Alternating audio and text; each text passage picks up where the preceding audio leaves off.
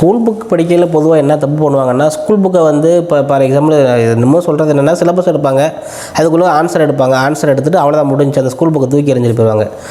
அது கிடையாது படிக்கிறது. ஸ்கூல் புக்கு நீங்கள் எடுத்துட்டிங்கன்னா, அந்த இப்போ ஒரு சிலபஸ் இருக்குது, அந்த சிலபஸ்ஸு அங்கே இருக்க ஸ்கூல் புக்கில் இருக்கும், அதை படித்து முடிச்சுடுவாங்க. அந்த சிலபஸில் இருக்கக்கூடிய அந்த நீங்கள் எழுதிருப்பீங்க பார்த்தீங்களா, அதுலேருந்து பின்னாடி நீங்கள் போய் புக் பேக்கில் போய் ஒரு கொஸ்டின் கேட்டிருப்பாங்க மெயின்ஸுக்கு. அந்த கொஸ்டினை நீங்கள் உட்காந்து பார்க்கணும். அந்த கொஸ்டினை எப்படி இவங்க வந்து பின்னாடி இருக்க கொஸ்டினுக்கு இந்த கொடுத்த பேராகிராஃபுக்கு சம்மந்தம் இல்லாமல் இருக்கும், அதை நீங்கள் எழுதி ப்ராக்டிஸ் பண்ணணும். அவங்க ஒரு கொஸ்டின் கொடுத்துருப்பாங்க, அந்த கொஸ்டினுக்கு இருக்கிற பேராகிராஃபுக்கு நீங்கள் எப்படி வளைவு சுழிவாக எழுதுறீங்க, அந்த ஆன்சரை நீங்கள் எழுதுறீங்க. ஸோ புக்கில் இருக்கக்கூடிய எல்லா வார்த்தைகளுமே ரொம்ப முக்கியமானது. பின்னாடி இருக்கும் இப்போ நிறையா கொஸ்டின்ஸ்லாம் வந்து பார்த்திங்கன்னா புக் பேக் கொஸ்டின் நிறைய கேட்பாங்க. நான் இருக்கலாம் வந்து பார்த்திங்கன்னா புக் பேக் கொஸ்டின் நிறையா படிப்பாங்க. அப்புறம் இயர் புக்கிலேருந்து நிறைய கேட்பாங்க, Hindu year book, Manorama year book. So அங்கேருந்து நிறைய கேட்பாங்க. ஸோ புக் பேக் கொஸ்டின் நிறையா இருக்கும், அந்த புக் பேக் கொஸ்டினையும் பார்க்கணும்.